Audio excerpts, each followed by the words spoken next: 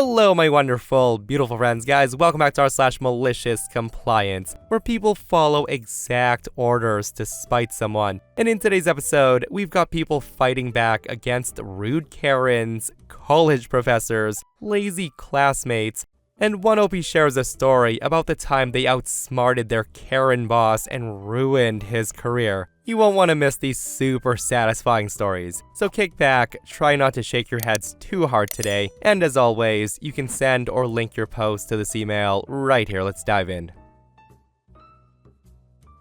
This happened a while ago, and I thought I'd share. I'm not a professional photographer, but I do have decent equipment and a portfolio, so a lot of friends will hit me up for discounted photo shoots. Now, most of them pay, or at least buy me dinner, but others expect me to do it for free. This was one such case. At the time, I was close with my ex-boyfriend's family, so I was thrilled when his younger sister asked me to come to her engagement photo shoot, until she told me to bring a camera. I did mention to her that I'm doing online school, and I have an exam due that week, so if I do a photo shoot for her, the pictures might not be ready for another week. She was fine with that. Within 2 hours of taking pictures, I end up with 300 plus shots, because she literally wanted the perfect Instagram shot. After the shoot, I thought, whatever, I can go home, study, and slowly work on sorting through the pictures later. They're not paying me, so I wasn't exactly motivated either. Well, that night, I get a text from her and her mom around 11 p.m. They want the pictures edited and uploaded the next morning, so they could be shown off on social media. Now, I tried to explain that I'm studying at the moment, but they weren't having it. The two, being super entitled, then said, "We don't care how you edit it, just make it look nice and send us the pictures. It's not that hard." That's when I thought, fine, cue the malicious compliance. I spent the next few hours or so working on the pictures and editing them really nicely that even I was proud of. And then, I hid Shrek into the background of every single picture. Shrek with his head poking out between the two, Shrek posing happily, you get the gist. Shrek had a very nice time at the photo shoot, evidently. I then uploaded the pictures and sent them off, and nobody noticed the extra guest for weeks. When they found out though, I got my ear chewed out because my ex's sister didn't appreciate her 900 followers on Instagram seeing Shrek grinning between her and her soon-to-be husband. They asked me to edit however I wanted, so I delivered, and Shrek was one of my best clients I've ever had. Oh my goodness, like the fact that nobody noticed for weeks is hilarious, guys. And I only wish Opie shared some pictures of the shoot. But don't you just hate that though, when you do something out of the kindness of your own heart and people expect you to bend over backwards for them? Like, I've been there and it's annoying as heck, and I'm just glad Opie took the opportunity to get back at them, right? And this person says, I'm asked to help with electrical needs from friends and family, and my answer is always the same. No problem, but I'm kind of busy right now. I would never charge, but unless it was, oh my goodness, your house is gonna burn down bad, then your fancy switch is gonna wait a couple of months. It kept down the requests. In your case, if something like that happens again, you could say, oh, I'm sorry, I'm super busy and have to put my paying clients first. I mean, they are paying the bills, right? And this person says, I went through the same thing with my mother-in-law. I painted her house, helped her brother make cabinets for her house, did some plumbing and electrical. By the time I got to the electrical, I told my wife, how is it fair that she's paying everyone else? She paid my wife's uncle $800 for the cabinets that I helped with. He left, and guess who had to finish everything? I haven't received so much as a soda. So I left the rest of the electrical unfinished, and guess what? She paid someone to go finish it, which just enraged me more, to be honest. And here's the thing, I wouldn't have wanted to get paid in full. I would have gladly taken 25% of whatever she paid, but to get nothing feels so disrespectful. Long story short, I'm now the bad guy, and I'm completely fine with that. And that's the thing, you do something for someone and suddenly everyone needs something done. The key here is to stand your ground and learn to say no. And I've been in that position before, guys. Like, it took me a long time to be able to do that, but with the more no's you give, it does get easier and easier. And seriously, if somebody values you as a person and values your time, they won't always try to get something for nothing. And speaking of saying no, the next OP tells their classmates no in the best way possible. You'll love this next post. So in high school, I was in a science class that I did very well in. I was the top of the class and I scored nearly 100% on every test and assignment. The teacher then assigns a big group project that would take about a week to complete with a team of 4 students. The groups were randomly assigned, and unfortunately, I was paired up with the 3 kids who were barely passing the class. In class, we were given time to make plans together as a group to divide up the work. It was at this point, my teammates decided to tell me that they weren't going to do any work on the project. I asked why, and they said they knew I really cared about my grade, so they figured that I would do it on my own. These 3 were so lazy. They were banking on the fact that I wouldn't tank my own grade, so they would benefit off my hard work. I was pissed, and I said that was unfair. They then dig in, and they say, too bad, you either do this project yourself, or you can get a 0, and we know you'll do it. So cue malicious compliance. Now, I could have gone to the teacher, and he probably would have sorted this out, but a better idea struck me. I just said, fine, you win, I'll do what you say. They then smiled smugly and thought that was that. But you see, this teacher had a policy that at the end of the semester, your lowest grade, excluding finals, would be taken off your record. So if you forgot to turn in 1 assignment or you did really bad on 1 test, you got a mulligan so it wouldn't ruin your final grade. I had never done poorly on any assignment all year, so I've never needed my mulligan. However, I knew that these idiots all did.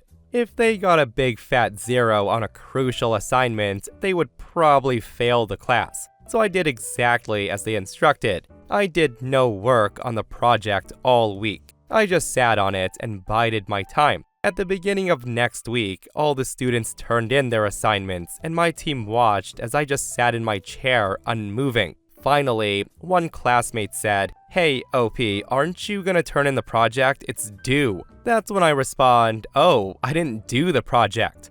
Hearing me say that, they were all shocked, and they asked why I didn't do it. That's when I said, "Well, you said to do the work or get a 0. I choose 0. They were all royally pissed, and because of that, they all had to retake the class over the summer. They hated my guts, but honestly, I couldn't have cared less. It was the most satisfying failing grade in my entire life. What a malicious compliance that was, guys, and the fact that OP got not just 1, but 3 people with that compliance is amazing. And the fact that the 3 classmates had to repeat the class over the summer makes it even better, guys. Like, that seriously got me grinning from ear to ear. And you also have to wonder if the group assignment was really random. Like, maybe the teacher was hoping that if everybody could work together, that the 3 could raise their grades. And if that's the case, OP's malicious compliance got 4 people in the end, and that deserves a standing ovation. Well frickin' played. And if you enjoyed that story, take a listen to this next one where a professor learns a hard lesson. So I was in a speech class, and it was my last semester, completely online. Our professor assigned us a group speech that we were to record and send to him by the due date. I thought it would be easy enough as he gave us 2 weeks to work on it, and group speeches weren't anything new to me.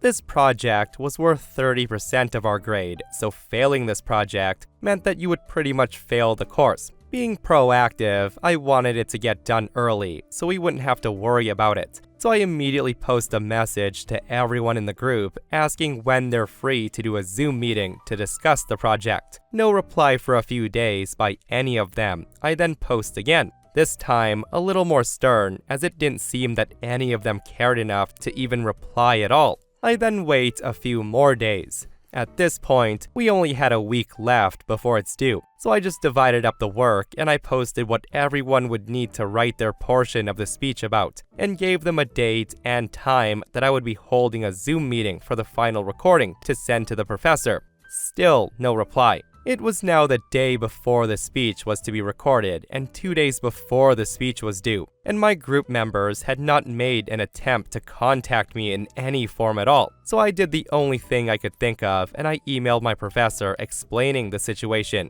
But I assume that he wouldn't reply because throughout the entire semester, it would take him over a week to reply to any emails I sent to him. I then did the entire group project on my own, which took me the entire night with no sleep. After I finished writing everyone's speech, it was around the time I'd scheduled the Zoom meeting to record. I joined it out of amusement, knowing nobody in my group would be there. And sure enough, it was empty, so I did the entire speech myself. But the rubric really put emphasis on transitioning to our other group members, including saying their name. So between every section, where it would cut to a different member, I would say something like, "And now, my name will explain the importance of blah blah blah," and then mute my screen briefly as if to add a cut, and then put on a different hat and continue the speech. I did this for all 6 portions of the speech. I then turned the speech in shortly after, and I filled out the group member roll sheet that was due as well.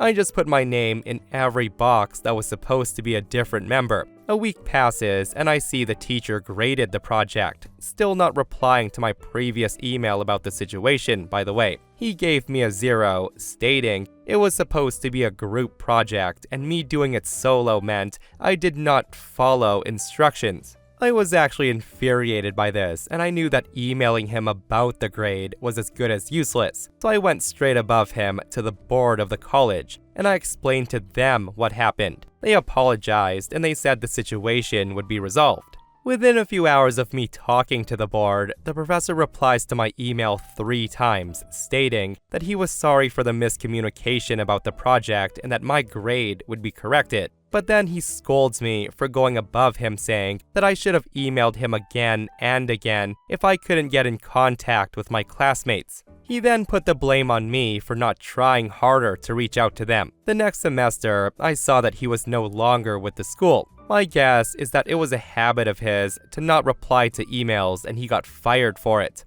Also, his corrected grade was a 70, but I was so mentally exhausted from the situation at that point that I didn't care to fight it anymore. Can't say the professor didn't deserve that, right? And seriously, as a college professor, you'd think that the least you could do is reply to emails. On top of that, him initially giving OP a 0 for carrying the project on their back was ridiculous. I'm just glad OP went above the professor and the guy faced the consequences. And listen, the one thing I've learned from group projects is the only person you can rely on is yourself. Again, kudos to OP for doing the whole project solo, and I hope the classmates failed as well. Okay, so I'm not sure if this is malicious compliance or what, but I wanted to share it with you. I graduated university a few years back, and immediately I start looking for a job in my chosen field, which was marketing. Entry-level roles were hard to find, so when I found a role that was a hybrid of marketing with sales support, I took it. The company I worked for was a medium-sized business which specialized in recruitment, contractor hiring, and headhunting. They also subcontracted work for a recruitment technology provider, which matched up perfectly with one of my other passions, technology. I absolutely loved the role. I got to do all the parts of the marketing and sales lifecycle. I got to work with suppliers, event organizers, clients, staff across the company, meet new people, and do really exciting things. I also had 2 managers, the one who managed the sales team and the one who managed marketing. The marketing manager was a kindred spirit, and the sales manager was old school sales. He was an arrogant and headstrong late 40s man who lived for making deals and boasting about them, shiny-shoed, silver-tongued. I'll call him Dan, and seriously, we were not friends. For about 18 months, things went swimmingly. I would do marketing half the time and then divide the rest of the time between sales support and billable work. Billable was building custom job sites to host the recruitment system front end. It was a steep learning curve, but with the help of some web developer friends, I got pretty familiar with simple site builds. Being tech-aligned meant I was always looking at digital first, bringing the company into the age of social media, website optimization, and multi-channel marketing. The thing is, Dan sneered at such things. He saw digital as a waste of money. However, we were always able to justify the spend on digital by offsetting the billable website work. The marketing manager eventually moved on to bigger and better things. Rather than promote me or hire in a replacement, the company moved the marketing responsibilities to Dan.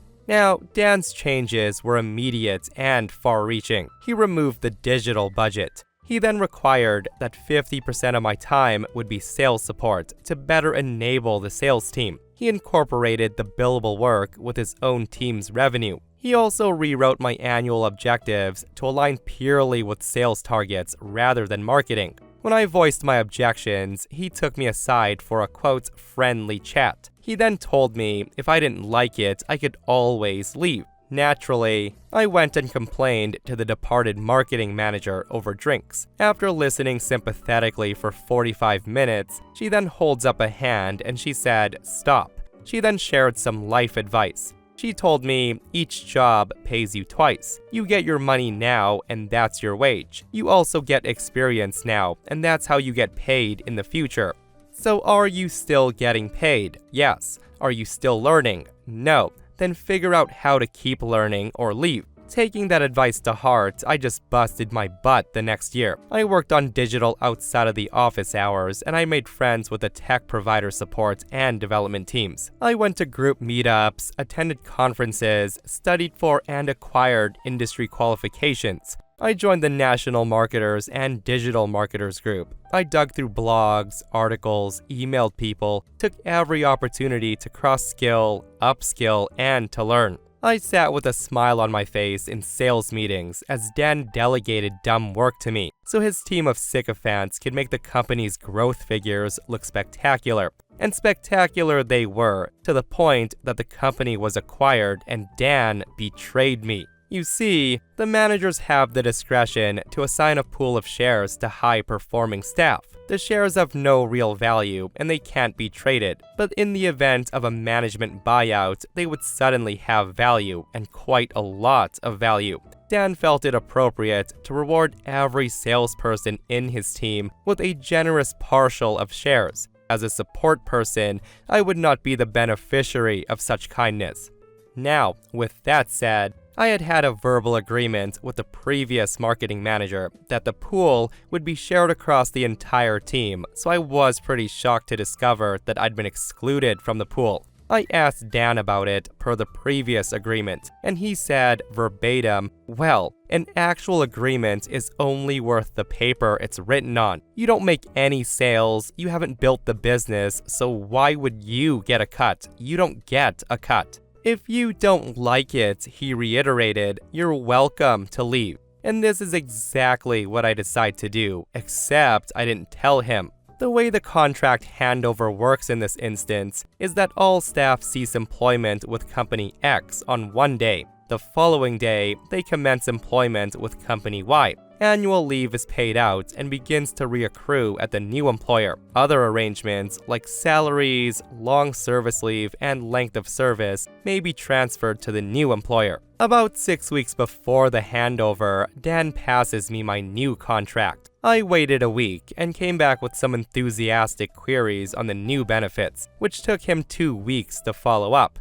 I quietly registered a domain name and parked it, and then spun up a WordPress instance and started to build a personal blog. 3 weeks away from drop date, and everyone's frantically running around, getting all the deals as close as possible to closing. The employment contracts are the last thing on his mind. So I go back to him and I tell him I have a couple of more things I need to check out, and I'll email them through to him before I sign it. A week passes and I fire off a couple of really complex questions around the transfer of benefits. He obviously forgets about them, and then, the week of the handover, he catches heat from the HR team about the outstanding contract, and he pulls me into a meeting room to berate me about not having signed the new contract. I simply explain that I'm waiting on his feedback of those specific points before I'll commit, that I don't want to be disadvantaged moving into the new role. I then call out the lack of a share option as an example. Clearly frustrated, he drops the words I've been waiting for.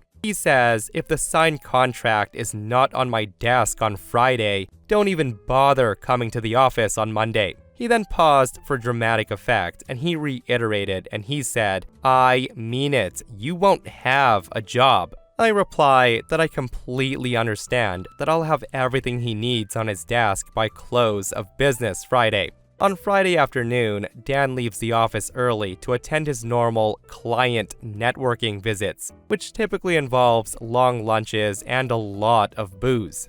At 4:45 p.m., I save the final set of forecasting and reporting to the share drive. I then send an email to the IT team passing over access to the marketing LastPass account, which contains the global database of usernames and passwords for all digital assets, an Excel workbook containing my reporting macros, and the location of all of my documentation. I then redirect my phone to Dan's desk number. I lock my laptop and leave it on his desk along with my ID card. Over the weekend, I push my personal website live, and I add my contact details to my LinkedIn profile, switching it to actively searching mode. I figure that my holiday pay will cover me for a couple of weeks of downtime before I have to go diving back into the workforce. On Monday, I'm enjoying a long walk in the spring sunshine with my dog. We stop for coffee at a local cafe and my phone begins to ring. It's one of the salespeople at the old company. I ignore it and thoroughly enjoy the freedom of being able to amble through a park without anywhere to be. The phone buzzes another 8 or 10 times by the time I get home. The crap has and truly has hit the windmill. I check my voicemails, ignoring those I know from my previous employer. I return the phone calls from 2 ex-clients to let them know that my contract has ended, and to check in with Dan for work in progress, or to contact the technology provider for support requests. Shortly afterwards, I get a call from a bemused contact who works at the technology provider, who's been fielding support calls that I'd normally handle. He listens with increasing interest as I explain the situation, and then he tells me he'd call me back shortly. 10 minutes later, he's back with the head of product on the line, asking about my lunch preferences. She arranges to meet me at a nearby Thai place. Over a delicious red duck curry, she cheerfully describes the wonders of a career as a contractor. She also mentions the day rates for highly qualified, industry-certified staff, and she mentioned that tech provider were really struggling to find such staff. She then gives me the number of a recruiter. I call the recruiter on the way home. Meanwhile, my collection of voicemails from Dan was growing by the hour, as he came to grips with the problem that he'd generated. At some point in the late afternoon, HR must have clicked to what had happened, and I receive a polite text message from a personal number of the regional HR directory asking if I was available for a quick chat. So I call and I discuss the options presented to me by Dan on Friday, and that I felt I had no option but to follow his instructions. They probed for a bit more information, and it became apparent that they were unaware that Dan had pulled an ultimatum without first engaging HR. They then informed me that to benefit from the sale of my shares, I would need to transfer to the new company and remain in their employment for a full year. When I explained that I had no such share options, there was a full 4-second silence. It then transpires that this too was not communicated to HR. I then mentioned that I would appreciate if Dan could discontinue his voicemails to me, as I found them unprofessional and I had no intent of recommencing employment under his management. We ended the call politely. My new contract for tech provider came through at 11 p.m. that evening, and it was signed and returned the following day. I was deployed to client site that Wednesday. Post-departure, I meet up with one of the old IT guys at a conference 3 months after it all went down. The guy was ecstatic to fill me in on what happened. The first notice that anyone got of it was the service desk, asking who they should route my LastPass account to, and why I was passing it around. One of the techs went looking for me, and they found an empty desk. They then asked around for where I'd moved to, and no one knew. The tech then went to Dan's desk, and they found my laptop with my ID and post-it note taped to it. He put 2 and 2 together, and he went downstairs and checked the access logs. And he realized the last time I'd logged in was Friday. He then locked my account for security purposes, and he went to HR to check if there was a leaver form. HR checks, and there's no leaver form and a big red cross next to employment contract received.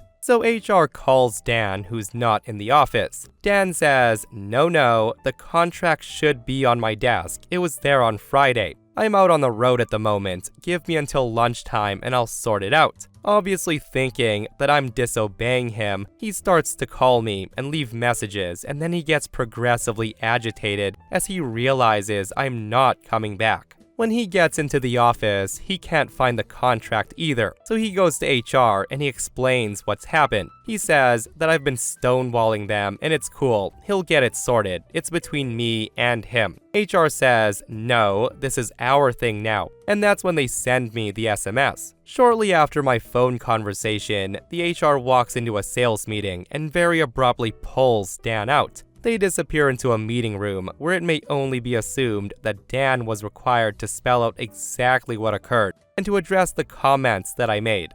I suspect he came completely clean at that stage. Dan was subsequently reamed so hard as only HR and senior management can ream a manager who's effed up. He was demoted, decoupled from marketing, and his budget reduced by half, and a new separate marketing function was created. His team were collectively put under review and forced to carry out their own reporting, tracking, and metrics, which lacked the coherence and consistency that I'd been able to deliver. This reduced the capacity of the team. A couple of them left and they missed out on some key deals. In the fallout, they completely dropped the ball on the client website builds. They went to market to try and find a resource who could fulfill these builds, and Dan was astounded to discover that experienced technical marketing staff are both hard to find and expensive to recruit. They were unable to fill the role, and the builds were taken back in-house by the tech provider, who now had an experienced resource to deploy.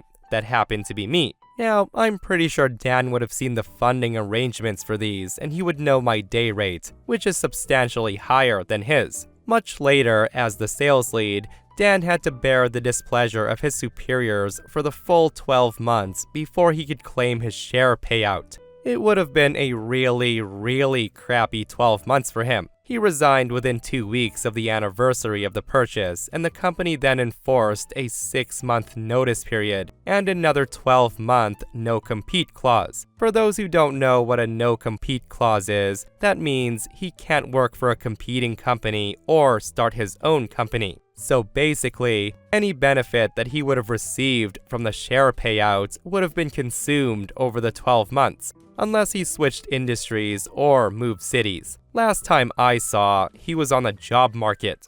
As for me, I'm happily living the life of a contractor. I get paid the hours I work, and I work the hours I want. My old marketing manager is now VP of something at a large multinational. I've used her speech several times when giving young, frustrated staff career advice. What a beautiful malicious compliance that was, and well frickin' played, OP. And again, a person like OP's boss truly deserves the karma that came his way, and let that be a lesson learned, guys. Like, if you threaten your employees and give them ultimatums, one day they might take it and screw you over. But yeah, the fact that OP's boss betrayed them and screwed them over on company shares, only to have his share payouts be basically worth nothing, as it's probably all going to bills, makes me smile so much, guys. Like, that's karma at its finest. And before we close out today's episode, guys, this one OP shares a malicious compliance on their daughter, which I hope you'll enjoy. So I have to share this with you, as I'm sure your listeners will love it. And here's a little disclaimer: my daughter's a wonderful kid. She's smart, and she's also a smartass. A couple of years ago, my daughter was roughly 8 years old, 2nd or 3rd grade elementary school. She was really into salami pizza. I wouldn't allow more than one per week, obviously. So she got the idea that in France, children get to eat everything they want 7 times a week. This is why they like it. Now, she got it all wrong. The saying goes, they have to try a certain food 7 times before they can decide whether they like it or not. But I understood her wish: salami pizza every day. She had this little malicious grin on her face of, gotcha. I answer with the same grin and I say, okay, you'll get salami pizza the next week. Only salami pizza, nothing else. She was of course hyped, thinking, yay, all the pizza, her favorite frozen types, all of them. Monday morning rolls around and she gets salami pizza for breakfast. Fantastic. Best parent. Monday afternoon, leftover from the morning.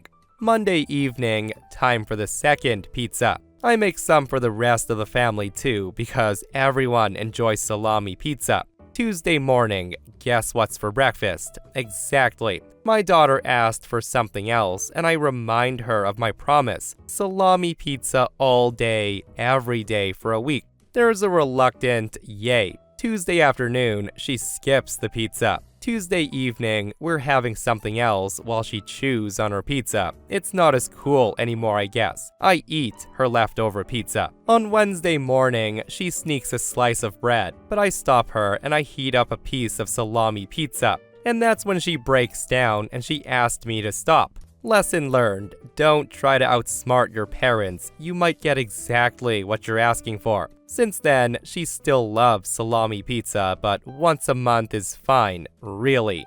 Yeah, like all of these malicious compliance stories, sometimes you learn by getting exactly what you ask for. And as a parent, the best way for a child to learn is to let them figure it out. And that, my friends, brings us to another end of r/malicious compliance. Guys, I hope you enjoyed today's stories. If you did, hit that thumbs up. And if you're not subscribed, consider subscribing so you don't miss these crazy stories. And if you missed the last episode on the channel, it's an r/entitledpeople episode, where psycho Karens think that they rule the world. The stories are freaking wild, so go check it out if you haven't. And myself and Stevie Boy will see you guys in the next one. We love you.